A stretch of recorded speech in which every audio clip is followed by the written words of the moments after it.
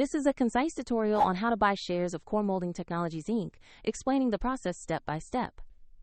Core Molding Technologies makes molded automotive and industrial components and trades on NASDAQ under the ticker CMT. This content is educational only and not financial advice.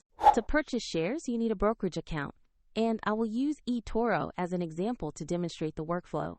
After registering, you must verify your account, usually with an identity document, and add funds before you can place a trade. Use the platform search box and enter the ticker CMT to find the company listing. Select the result that clearly shows Core Molding Technologies Inc. on NASDAQ to ensure you have the correct stock.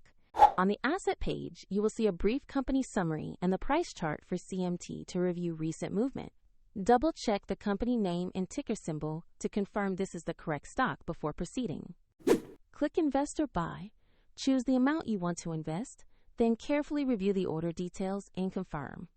If the market is closed, your order may be queued as a pending market or limit order, and if you do not have enough funds, the platform will prompt you to add money before confirmation. After execution, your position will appear in your portfolio where you can track it. A link to eToro is provided in the description if you want to follow the same steps.